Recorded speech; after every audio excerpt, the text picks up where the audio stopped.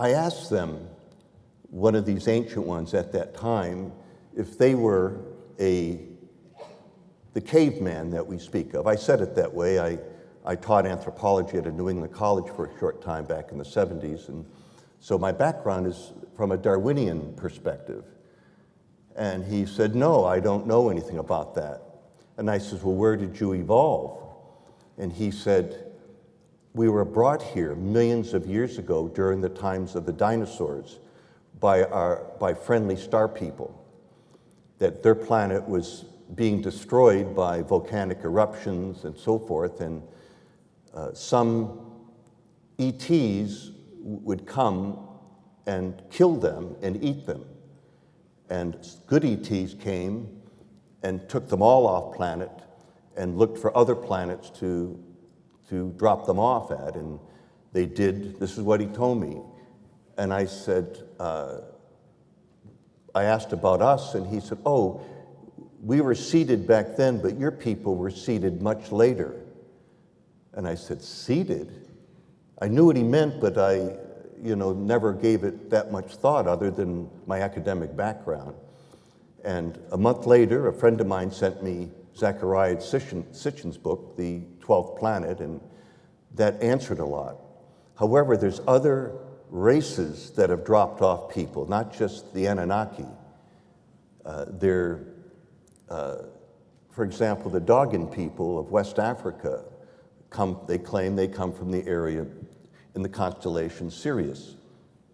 So there's the First Nations people, they all have, and other indigenous peoples in Indonesia and other places say they were brought here. So, the Adam and Eve thing it's cute and it's nice in a sense, but, who did Adam and Eve's children marry? And if incest is against God's laws, then how could they procreate? So, and how did all the races all of a sudden come about? So it's because they, for example, the First Nation people say the same thing, that they were brought here. We hear Wright-Patterson, we think Hangar 18. It's almost like Area 51. You think Area 51, you think UFOs. You think Wright-Pat, Hangar 18. Well, where did this originate?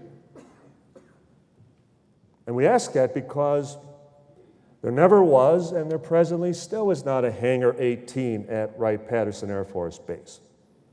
Where did this rumor start about a Hangar 18 when no such place even exists? So we question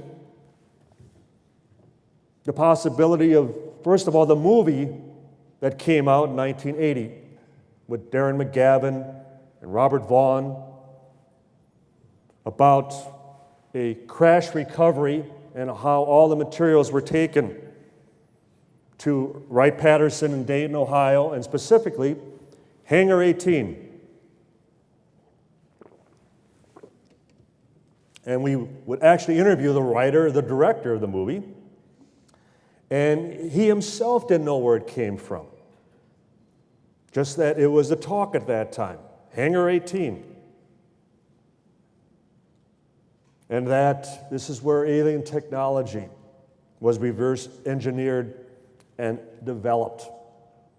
That it wasn't Area 51, it was Wright-Patterson, and specifically Hangar 18. Well, again, the problem is there is no Hangar 18. So we started looking deeper. And then we discovered that there was a so-called professor from Florida who really isn't a professor. He just used to sign books professor. His name is John Spencer Carr. And around 1974, he started to publicly talk about inside sources he had from the Air Force, and specifically Wright-Patterson Air Force Base. And he started talking about wreckage and actual recovered spacecraft and alien bodies that were being stored at Hangar 18 at Wright-Patterson. Well, when we actually spoke to a number of his sources, we discovered that none of them ever said Hangar 18, but they talked specifically about Building 18. Now, is there a Building 18 at Wright-Pat? Yes, there is. In fact, there's a Building 18A through Building 18G. There's a whole complex. And what's specifically interesting about one of the Hangar 18s is that at one time there was an underground tunnel that adjoined it to Hangar 23. In my work, I really have the pleasure of, and we discussed this during the experiencer sessions, of seeing someone come into my office and beginning their work with exploring their experiences, and for the most part, they're very upset and traumatized because they don't know what happened to them, but they remember something odd and strange. But then over the time and over the years, I have seen so many of my clients grow emotionally, spiritually, able to incorporate this into everyday lives, where we have new people coming in and they're helping the new people coming in, saying, look, I've been there, it's gonna be all right, you're going to be okay. So I had this one client, and she was very traumatized in the beginning, very traumatized.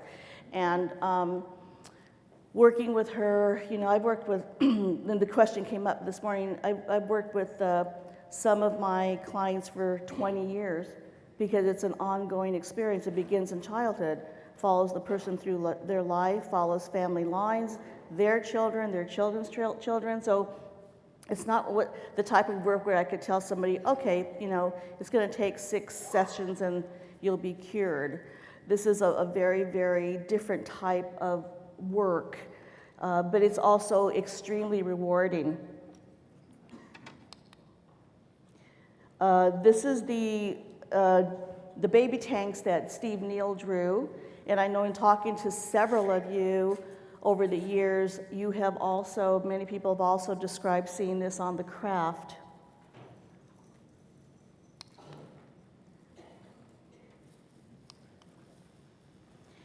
Everyone, this is what I'm saying, I feel that the hybridization program is very central to their agenda, the aliens' agenda, because people describe being shown, being presented these little tiny, very odd-looking babies. Men and women will be told that these babies are theirs, and then the time goes on where they'll be abducted again. Periodically, they'll be taken into a room, they'll be presented with their child or children, and they are told that they must bond with those children or that child in order for their child to thrive. And so really the way we are, our human side of us, how we bond with each other as with friends and family, they do bond with these babies. In 1979, for a period of approximately 100 days at Utopia Planitia, Viking took pictures of the snow at the Viking lander site. And those images were held and not released by NASA for 18 solid years. And in fact, I know that is H2O snow because if you look here, you see that the detector temperature was minus 18.1 C. Now, it got colder than that in Huntsville a couple of weeks ago. And when I was sleeping in a tent in Antarctica with Jim Lovell and I would see white stuff on the bottom of my tent, I never said, gee, Jim, all that carbon dioxide out of your breath froze and fell to the bottom of the tent. I always said, why did you track in all that snow? That was released on a poster by NASA called Postcards from Mars on February 28, 1997. And I didn't take this picture. I don't know who the principal investigator was. Gil Levin, one of the Viking principal investigators, when I told him about it, he was astonished. He said, I don't think these pictures exist, and I sent them to him. And what was amazing was that I was the first one to actually publish this picture in a scientific paper.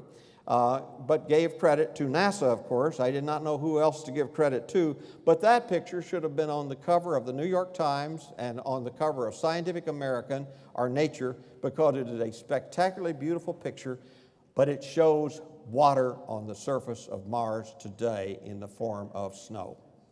Well, actually, that was 1979, but that's almost today. Well, here's more recently. In 2005, Mars Express took these photographs of an ice lake on Mars and pingos, which are formed when ice freezes and expands. And you can see these I photographed in Siberia, and here are pingos on Antarctica, on Mars. Here's where a meteorite has smashed into Mars, throwing out ice from right beneath the surface. And here's the North Polar cap of Mars. It's 3,000 kilometer diameter in the winter because of a huge carbon dioxide overlap. But then in the summer, that carbon dioxide overcap goes away, goes right back into the atmosphere. And the polar ice cap in the summer is only 1,000 kilometers in diameter, but it's 3.4 kilometers thick of frozen water ice. Now, that's a lot of water. This is the Odyssey Neutron Spectrometer, and the Odyssey Neutron Spectrometer showed that even at these very, very high latitudes, water was present in values in excess of 4 to 6%. So, near the equator, 4 to 6%. In the high latitudes, well above 60%, and in some cases above 90%. Given Robert's answer there that, the see nothing, hear nothing, do nothing, I think for a lot of people that's a little bit hard to swallow in that, why wouldn't they do something? Why wouldn't they, why would they try to just bury their head in the sand? You having your experience in the military, have more insight into that. Why would you say that's the case?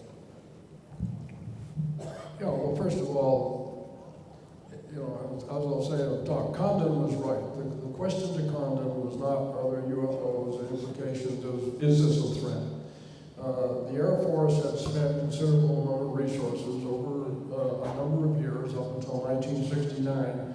You had officers responding to Blue Book and committing resources to it and getting nowhere. So the question then becomes, from an institutional perspective, what amount of resources are you going to expend on a situation that's A, not a threat, and B, you have very little probability of resolving? It's, economically at least, it's a rabbit hole as well as for time. So the Air Force got exactly the answer they wanted. Make this go away. Not our job. The Department of Defense does threats. They provide security. They don't answer interesting questions. Okay, Steve is showing mannerisms in which give me the signal that he wants to maybe respond to that. Let me just clarify a little bit. First of all, again, Roswell is important. Roswell has always been one of the greatest threats to the truth embargo, because once it was established, everything else somewhat follows right from that. But I'm quite confident if the U.S. government, military laboratories had an extraterrestrial vehicle, that the analysis and study of that vehicle would be a major concern of theirs forever.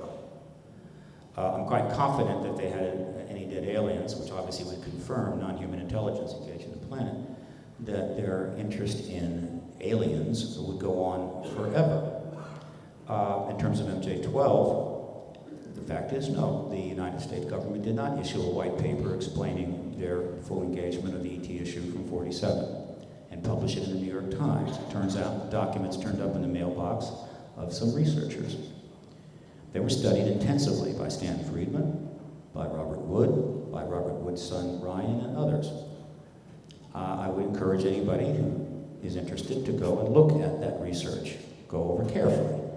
And if you do, you will find that they ascertained that, one, there were some documents there that stood the test of research and were almost certainly official documents or copies thereof. They also learned that some of those documents were very likely not official documents, but there was evidence that the information they obtained may have been correct.